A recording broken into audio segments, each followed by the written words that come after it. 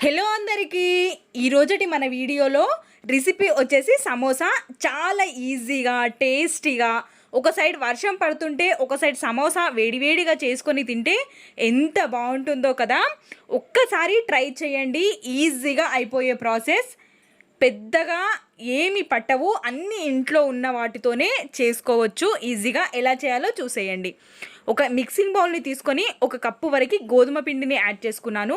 అదే కప్పుతో ఒక కప్పు మైదా పిండిని యాడ్ చేసుకున్నాను. అలాగే కాస్తంత వాముని వేసుకొని ఇలా చేతుల్లో నలుపుకొని అందులో వేయడం వల్ల మనకి ఫ్లేవర్ అనేది చాలా బాగుంటుంది. అలాగే కాస్తంత సాల్ట్ని యాడ్ చేసుకొని మొత్తాన్ని ఒకసారి మంచిగా మిక్స్ చేసుకోవాలి.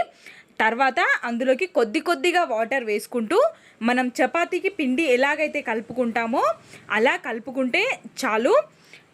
మనకి పిండి కాస్త టైం పడుతుంది నానడానికి. ఇలా ముద్దలాగా అయితే చాలు, మనకి పిండి సేమ్ చపాతీ కన్సిస్టెన్సీలో ఉంటే చాలు. ఇంకా దీన్ని మ్యాగ్నేట్ చేయడానికి ఒక 10 minutes పక్కన పెట్టండి అంతే. అప్పటి వరకు మనం అందులో స్టఫింగ్ని ప్రిపేర్ చేసుకుందాం. పక్కన ఒక ప్యాన్ పెట్టుకొని ప్యాన్లోకి కాస్తంత ఆయిల్ని యాడ్ చేసుకొని అందులోకి జీలకర్ర, ఆవాలు, అలాగే నేను ఒక 2 పచ్చిమిర్చిని సన్నగా ఇలా కట్ చేసుకొని వేసుకున్నాను. అలాగే ఇందులోకి నేను కస్తూరి మేతిని యూస్ చేస్తున్నాను. మీ దగ్గర ఉంటే వేసుకోండి, లేదంటే లేదు. అలాగే ఒక 2 పెద్ద సైజ్ ఆనియన్స్ని ఇలా చిన్నగా ముక్కలుగా చేసుకొని వేసుకున్నాను. అలాగే అందులోకి కాస్తంత ధనియాలని క్రష్ చేసుకొని వేసుకోండి. ఆనియన్స్ కాస్త వేగిన తర్వాత అందులోకి అల్లం వెల్లుల్లి పేస్ట్ని వేసుకొని పచ్చి వాసన పోయేంత వరకు వేయనివ్వండి. తర్వాత అందులోకి చిటికెడు పసుపుని యాడ్ చేసుకోండి. ఇది కూడా మంచిగా వేగాలి. తర్వాత ఒక గుప్పెడు పల్లీలని యాడ్ చేసుకోండి. పల్లీలు మనం సమోసాలో ఉంటే పంటికి తలుగుతూ చాలా బాగా ఉంటుంది. ఒక కప్పు వరకు క్యాప్సికమ్ తీసుకున్నాను. అదే కప్పుతో ఒక కప్పు వరకు క్యారెట్ని తీసుకున్నాను నేను. మంచిగా ఇవి వేగనివ్వండి. ఇందులోకి కాస్తంత సాల్ట్ని వేసి మూతని కవర్ చేసి వేగనివ్వండి. మనం సాల్ట్ వేయడం వల్ల త్వరగా వేగుతాయి ఈ వెజిటేబుల్స్, కాబట్టి ఇలా సాల్ట్ని యాడ్ చేసుకున్న తర్వాత మూతని కవర్ చేసుకొని వేగనివ్వండి. కాసేపటి తర్వాత ఇలా మధ్యలో కలుపుతూ మంచిగా వేగేంత వరకు వేగనివ్వండి. ఇలా క్యాప్సికమ్ వేగింది, కానీ క్యారెట్ ఇంకా కొంచెం వేగాలి. అందులోకి టేస్ట్కి సరిపడా కారం, ధనియా పౌడర్, జీలకర్ర పౌడర్, పెప్పర్ వేసాను. అలాగే ఇప్పుడు చాట్ మసాలాని యాడ్ చేసుకొని మొత్తాన్ని మంచిగా మిక్స్ చేసుకోవాలి. ఇంకోసారి మూత పెట్టుకొని కాసేపు కుక్ అవ్వనివ్వండి. క్యారెట్ కూడా మనకి మంచిగా వేగిపోతుంది. తర్వాత కొత్తిమీర, పుదీనాతో గార్నిష్ చేసుకుంటే మనకి స్టఫ్ అనేది ప్రిపేర్ అయిపోయింది.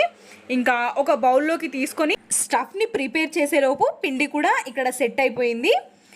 ఇంకాస్త ప్రెస్ చేసుకుంటూ చపాతీ పిండిని మనం ఎలాగైతే కలుపుకుంటామో అలా ప్రెస్ చేసుకుంటూ ఇలా కాసేపు కలుపుకోండి. తర్వాత పొడి పిండిని పక్కన పెట్టుకొని పొడి పిండి సహాయంతో ఇప్పుడు మనం చపాతీలాగా సన్నగా చేసుకోవాలి చపాతీలని. ఇలా కొంచెం పిండిని తీసుకొని ఒక 2 చపాతీలు సరిపోయేంతగా ఇలా తీసుకొని కట్ చేసుకోండి. 2 pieces లాగా చేసుకొని ఇప్పుడు రౌండ్గా చేసుకొని మనం చపాతీలు ఎంత సన్నగా అయితే చేసుకుంటామో వీలైనంత పల్చగా చేసుకోండి. అప్పుడే మనకి ఆయిల్లో ఫ్రై చేసినప్పుడు కరకరలాడుతూ ఉంటుంది. లావుగా ఉంటే తొందరగా మెత్తపడిపోతాయి, కాబట్టి వీలైనంత సన్నగా ఒత్తుకోవడానికి ప్రయత్నించండి. ఇక్కడ బయట దొరికే సమోసాలలో మొత్తం మైదా పిండిని యూజ్ చేస్తారు. నేను ఇక్కడ కాస్తంత హెల్తీగా ఉండడం కోసం గోధుమ పిండి ప్లస్ మైదాని యూజ్ చేశాను. మీకు ఇష్టమైతే 2 కప్పులు మైదాని కూడా యూజ్ చేయొచ్చు. అలాగే 2 కప్పుల గోధుమ పిండిని కూడా యూజ్ చేయొచ్చు. నేను కాస్తంత సాఫ్ట్గా రావడం కోసం, కలర్ కోసం కూడా మైదా పిండిని యాడ్ చేశాను. ఇలా వీలైనంత పల్చగా చపాతీలాగా చేసుకొని పక్కన పెట్టేసుకోండి. ఇంకా దీన్ని కూడా 2 చపాతీలని ఒకేసారి కట్ చేసుకోవచ్చు. ఇలా 2 చపాతీలని చేసుకొని కాస్తంత పొడి పిండిని అప్లై చేసుకోండి. అప్పుడే మనకి చపాతీకి చపాతీ మధ్య అతుక్కోకుండా ఉంటుంది. కాబట్టి ఇలా చపాతీ మీద చపాతీని వేసి చాకుతో మనకు కరెక్ట్గా మెల్లిగా కట్ చేసుకోండి, లేదంటే ఇక్కడ నేను చూపిస్తున్న విధంగా కట్ చేసుకోండి, పర్ఫెక్ట్గా వస్తాయి సమోసాలు అనేవి. బయట మనం కొనే సమోసాలు ఏ ఆయిల్లో వేయిస్తారో కూడా మనకు తెలియదు, కాబట్టి ఇలా ఎప్పటికప్పుడు ఇంట్లో పిల్లలకి హెల్తీగా చేసి పెట్టండి.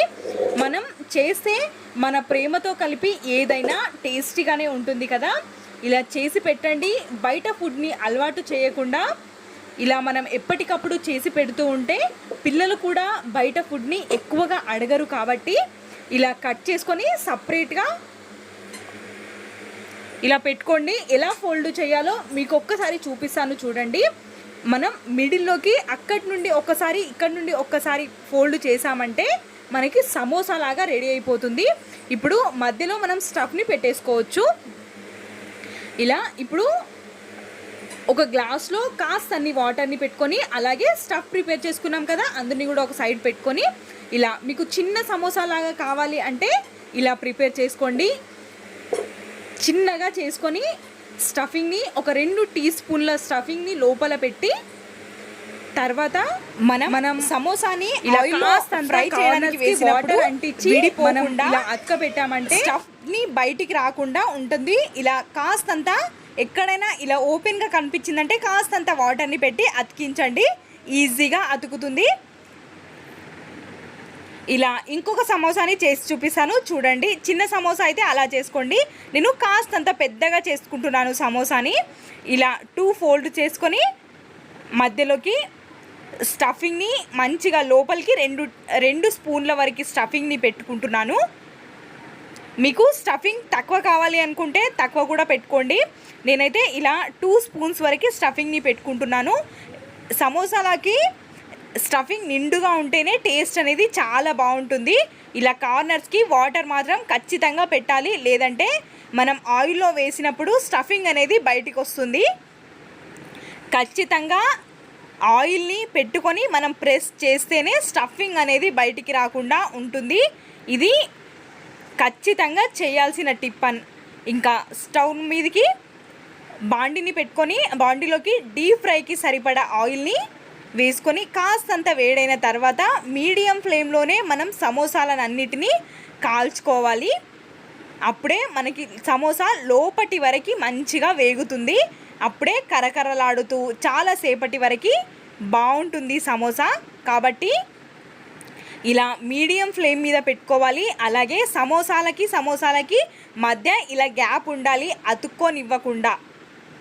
ఇప్పుడు మనం ఎన్ని సమోసాలు అయితే పడతాయో మనం పెట్టుకున్న బాండీలోకి అన్నే సమోసాలు వేసుకోవాలి. ఎక్స్ట్రాగా మనం వేసుకున్నామంటే సమోసా సరిగ్గా కాలదు. కాబట్టి ఇలా మీకు ఇంతకంటే ఎక్కువ కలర్ కావాలి అనుకుంటే ఇంకాసేపు వేయించుకోండి. అందులోకి నేను ఒక 4 పచ్చిమిర్చిని ఘాట్లు పెట్టుకొని వేయించుకుంటున్నాను.